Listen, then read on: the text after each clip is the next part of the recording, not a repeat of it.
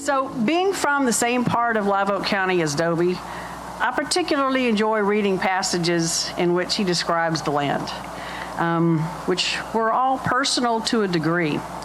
But his descriptions and the talk of the land in his letters to Ralph Jackson are really personal. He wasn't talking to an anonymous reader. He was talking to Mr. Jackson, his friend. So he probably felt he could elaborate in ways to him that he might not feel comfortable doing in his books. You've read probably all of that correspondence, thanks to the generosity of Jimmy Jackson. Right. Are there a couple of other gems or passages you'd like to share with us? Not necessarily related to the land, but something about Dobie speaking friend to friend? Well, on one occasion, he was invited to be at the book signing party when Ralph Jackson signed his book, but he was unable to be there, and he wrote a very formal letter to the Beeville people who were putting on the event. And on the bottom, he wrote, I had rather be there than anywhere else, but I have not been feeling very pert lately. And I intend to go to the doctor next week, and perhaps I'll feel a little bit more pert. That's a good one. Well, that was funny. Another one that I really particularly liked, when Ralph Jackson died a rather sudden death at a very early age, and when he got word of that, he scribbled out a potential telegram to the Ralph Jackson family and sending his condolences. And he had all kinds of arrows and little carrots and all kinds of things, but when he typed it up, it was perfect. And I thought it was kind of interesting how he had tried so hard to convey his feelings on the loss of his friend. Thank you, Jean. That's great. I've got one more question I'm going to ask Jean. As I mentioned, you and Dobie are only two of 17 fellows in the whole 100-plus years of the Texas Folklore Society, and you and your husband, Lou, have been members for a long time and very active. What do you think the Texas Folklore Society would have been if J. Frank Dobie had not been at the helm for over 2 decades? In other words, in your opinion, how do you perceive his influence on that organization? For one thing, we would not have this legacy of all these wonderful stories that he told. He was instrumental in making sure that a printing of a book at least once every year was done. And he had help from a lot of talented people who told stories. He spent time traveling, hearing stories, and he wrote them down. We still have them. If he had not done that, we would not. The job of a secretary editor in the Texas Folklore Society is very important because, A, they kind of run the society and make sure things happen when they're supposed to and get the meetings together, but they also make sure that we leave that legacy every year. We want to leave some kind of legacy with stories from, there was a time when folklore and little stories didn't mean much in the published world, but with Dobie's help, it became quite a force. I think you're right. I agree with that, and I appreciate that. You mentioned Jimmy Jackson and that he let you so generously go through and read all that correspondence.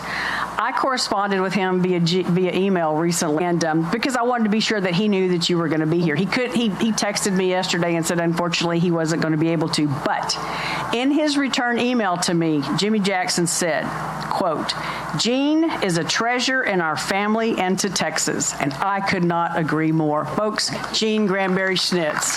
Thank you.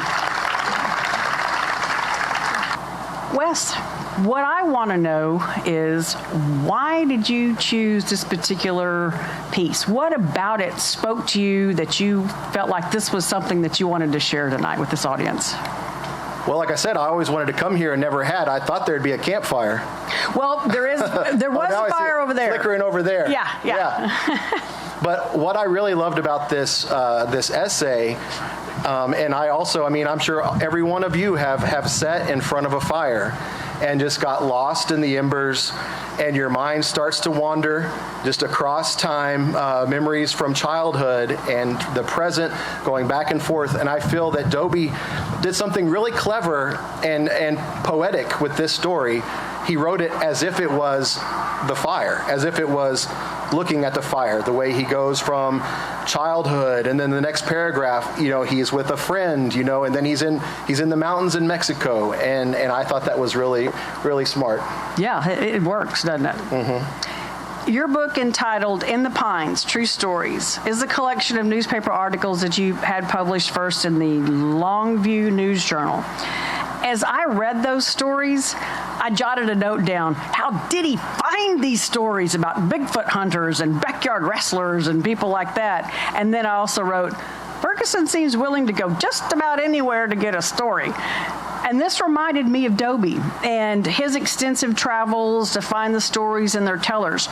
Would you expound on that and how you learn about stories and how to find these tellers and that kind of thing? Yeah, well, in full disclosure, I was just curious about how to publish books, and I had all these old stories sitting around, so I was like, well, I'll grab those and just put them in a book and put it out there. But I'm from East Texas, which is kind of its own whole world up there in the piney woods, and being from there, I had always heard the stories and the folk tales and the songs, but it wasn't really its own, I didn't see it as a form of literature. And I think much like that is the same with J. Frank Dobie, how he had grown up here and he loved this place, he loved the stories. And then, when he went off and saw the rest of the world and he kept thinking about his home here. And then when he was at the University of Texas, and at the time in the, academia and the literary establishment was, even at the University of Texas, was so focused on, dead poets and, people from England like Chaucer and stuff. And so it took him, the father of literature, to, turn the establishment's gaze back toward our home, because this is our land, these are our stories, we should know them, they have value, they have worth. And I kind of, on a much smaller and more humble scale, feel like I did that in East Texas. I'd gone off to college, and I'd come back and I was seeing things in a different way, and I really wanted to know my home, and I wanted to know those people, and I wanted to tell their stories, and I wasn't so interested in the usual newspaper stuff like, oh, there was a drug bust, or there was a burning building or a school board meeting. I wanted to go find stories that had not been told. And you specifically asked how I found this stuff. And one thing you mentioned when we talked on the other day was, I did this silly little story about these backyard wrestlers. It was these two brothers. They probably bought a wrestling ring out of the Thrifty Nickel or something and set it up in their backyard. And a friend of mine had just seen these little bumper stickers that said BYC. And about the fourth or fifth time he'd seen one of these bumper stickers around town, he was like, find out what this is. And it was Backyard Crazies. And it was just these two brothers with nothing better to do than to put on these wrestling matches in their backyard. And they thought I might have been the cops or something, so they made me meet them and so they could suss me out at Mom's Biker Bar. And by the time we shut down the bar, I think that I had won them over enough. They let me over and started jumping off of the roof and landing on tables and smashing stuff on top of each other. And it turned out to be just a really wacky story. But that's East Texas. Those are my people, And so I felt that even their story deserved to be told. And y'all, it's not wrestlers, it's wrestlers. Yep. Backyard wrestling. Backyard wrestling. Wes, thank you so much. Before I ask Rodney the questions that I'm going to ask him, if you were here at Dobie Dichos in the first 8 years, this man might look a little familiar to you. He cooked every loaf of pan de campo at this event for the first 8 years. This guy right here. Not only that, it was his idea to have pan de campo at this event. So you're welcome. So I invited Rodney to participate this evening, and several months ago, I said, have you made a decision yet about what you're going to be doing or reading? And he said, no. And I So, well, I have a favor to ask you. Some of the family members of John D. Young are going to be with us this evening. What would you think about looking back through A Volcano of the Brush Country? And he agreed to reread this book. And so, Rodney, of all the stories, all the wonderful stories. Wait, what? Are they here? Yes. I recognized them earlier. They're right over there. I missed it. I'm sorry. Raise your hand. Over there. So I knew they were going to be here, and he agreed to reread the book. And after of all the great stories in this book, why this one? Why did you pick this one? It's just because we all grew up watching, I did anyway, grew up watching Westerns on TV, and, you see Westerns and you see the shootouts and outlaws and horse thieves and Winchesters and six-shooters, and this story had all those elements in it. It was a great Western story that, did actually happen. The West really was kind of wild around here and back in the 1870s and 80s. Especially here, yeah. That tree right there is the hanging tree, y'all. I just thought that we needed a little more shoot-em-ups out here. Perfect. Oh, you're not done. Okay, so I mentioned in the introduction that Rodney is an appointee of the Live Oak County Historical Commission. So, Rodney, from your perspective as a Live Oak County resident, fifth-generation Live Oak County resident, and lover of history, what do you perceive Dobie's place is in Live Oak County history? Dobie recorded a lot of these stories that most of us, or a lot of us, cut our teeth on, and we grew up hearing these stories because of Dobie, because he was the one that thought it was important that these should be recorded for us. And so they're our stories, and they belong to us. And as a appointee of the Live Oak County Historical Commission, it's just kind of carrying on Dobie's work. I'm not a writer. I can't write. I've never tried it, but I'm just my little way of making sure these stories and our local history is remembered and never forgotten. All right, thank you very much. Ladies and gentlemen, Rodney Nance. Okay, so I first became aware of your work when I came across your book, Border Lore, Folk Tales and Legends of South Texas. Right. In your author's preface, you say, each retelling of a story or a legend is a performance, and the resources of a given storyteller influence the structure and trappings of the tale. That reminded me of Dobie's quote, any tale belongs to who can tell it best, or best tell it. Would you please elaborate on that idea, especially as you've experienced the telling of stories you first heard from your uncles and your aunts and your grandparents growing up, and other border lore, and then when some of it showed up in written form by you or other writers? Yeah, absolutely. I take issue a little bit with Dobie's, the whole thing of the story belongs to, because I believe that there's story that belongs maybe to the community, to the people from which the story arose.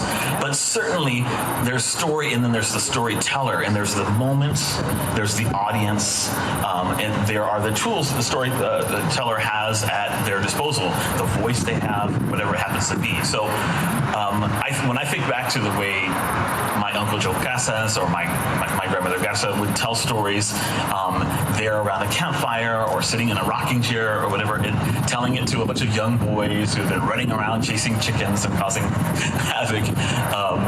There was a particular way of telling stories that was meant for us at that moment, right? And that shaped the story and shaped our minds. And so when I tell story in the present time, I use the tools that are at my disposal, which as a writer of fiction are, the tools of literary fiction, short stories, dialogue, characterization, and so forth. And then the particularities of my identity, of the things that matter to me. And so all of that shapes the stories. And, every single iteration of a story is different, and every single iteration of a story is meant for a different audience. And I'm usually writing for, younger Mexican-American kids, maybe whose families have already stopped telling these stories, and I want to preserve them, much the way I'm sure Dobie felt at the time, like, we're going to lose this if somebody doesn't start going around collecting these stories and writing them down. It worked that the Folklore Society continued to do as well. And so, yeah, I think it's like almost like a sacred work that we do when we tell stories, whether it's just out on somebody's ranch or in the pages of a book. It's a sacred duty that we have to keep these stories alive. And for that, I mean, as a saint of that sacred duty, I think Dobie will always be remembered. I couldn't agree with you more. That's awesome. We are bound. I'm a firm believer that we are bound to keep those stories alive. And also, if it weren't for Dobie and taking that initiative, I'm afraid that we might have lost the stories and would not maybe have been as inspired by him to collect them and keep them. Yeah, surely. And I certainly think that one of the things that we would have lost would have been the stories as they stood at that moment in time. Because I think some of those stories would have continued to be preserved, and eventually maybe somebody would have come along, another Dobie type. But there's no way of knowing it, and I'd rather not place that bet. I think that he did us a wonderful service to which we will, and we'll always be indebted to him for it. Yeah. And you are doing it in your... I tried to. I had a bug. Yeah. Sorry. Bugs are attacking you now. Really? Yeah, I had a mosquito try to suck my blood out just a second ago. So, yeah. Oh my gosh. We got some spray somewhere. So the second question I want to ask you is this. In most of Dobie's stories, he tended to weave the history into the story, but you've got a book called Ghosts of the Rio Grande Valley. And to me, it's interesting, but it's particularly interesting in part because your chapter titles are counties of the Rio Grande Valley. And then in each chapter, you've got stories, but you tell the history, like you set up the story with the history, and then you tell the story. Right. Yeah. So what do you think are the advantages and disadvantages of your approach versus Dobie's approach? Yeah, I think that when Dobie was telling stories, or even in the 70s when my tios and abuelos were telling me stories, one of the differences was that local history was still kind of vibrant, and most people were conversant in like just the basics of like what had happened. Yeah. When I started, I taught middle school for 14 years, for which I have a gold palace in heaven, I think. Yes, I taught it for 2 years. You did. Seventh graders for 14 years, you mentioned. And working with them, one of the things I realized, this was like in the 90s and early 2000s, kids from the Rio Grande Valley had no idea how the valley had come to be, what the Mexican-American ranching communities before Anglo settlers had come at the turn of the 20th century. They had no idea like what it was when it was under New Spain, or what it was like before that in indigenous times. And so in retelling these ghost stories that I saw as communities' ways of preserving collective tragedy. A lot of times, ghost stories are about something tragic that happened at a particular place and a particular moment in time. That in order for kids to fully appreciate them, they needed some context. And so before I would tell them a story in class or share one of these written stories I had put together, I would give them the context. And they would often be like really amazed at, where the names of their towns had come from, who the people who founded them had been, and all those kinds of things. And so in putting together this book, I was like, let me provide that for the reader so that the ghost story itself can be uninterrupted by editorial input. It can just flow as if you're already conversant with that history. It was an interesting choice, and the history press was at first like, wow, what are you doing? But when I explained it to them the way I'm explaining it to you, they were like, okay, yeah, that makes a lot of sense. And I think I get feedback on, it's one of my best-selling books. It's the bookstores in the Rio Grande Valley can't hardly keep it on the shelf. And the feedback I get is, thank you for putting that history in there, because so many of us don't know. I mean, we get taught Texas history in 7th grade or whatever, but they don't talk about South Texas. They don't talk about our itty-bitty little counties or itty-bitty in terms of population. They just kind of gloss over us, and it's all the big events. So it's learning and it's fun. Yes. You know how it is. A spoonful of sugar helps the medicine go down. It's that kind of thing. Yeah. Well, thank you, David. No, thank you. And thank you all so much. Appreciate it. David Bowles, ladies and gentlemen. So selection out of a book that we're not used to really realizing that Dobie wrote. And the style of this book is not really the style that we're used to reading. What are your thoughts on Dobie's style in this John C. Duvall? Well, in this particular piece, I think that I have a lot of thoughts about this particular piece, but I think that what you see here is how well read Dobie really was. You know, that if you're going to be a great writer, a historian whose name rhymes with Hardin once told me, you need to be a great reader, and Dobie demonstrates that. I mean, he was a great reader, and that's not what the first thing you think of. And so I think he took the opportunity to kind of bring Duvall into his style. You know, the alliteration that he used throughout this piece, for example. I mean, he was really trying to drive the points that he was making home to the audience. I think you make a good point, that a lot of people don't realize that Dobie's degree was in classical literature. Yeah. And I think you're right. I think it comes through here. So what do you think is the underlying theme of this piece? What's he trying to say with this? Well, I think he's writing about how he hopes he would be perceived. And there's a line in here, I can't quote it, it's in here, but it really hits you. It's like he talks about Duvall bringing you to the land, into the land. Well, isn't that what Dobie did? I mean, we just heard 4 presentations of Dobie taking us to the campfire, taking us to the Rosada, as in case of mistaken identity or whatever, they're shooting at each other. He takes you to the story. And another way to think about that in my mind is he writes what you know. When you read Dobie, you say, hey, I know what he's talking about because I've experienced something similar, or my dad told me a story or something like that. And I think Dobie was demonstrating that he knows literature and wants to point out that Duvall takes you there just like I think Dobie hoped he did. Great. Thank you so much. We really appreciate it. Ladies and gentlemen, Justice Ken Wise.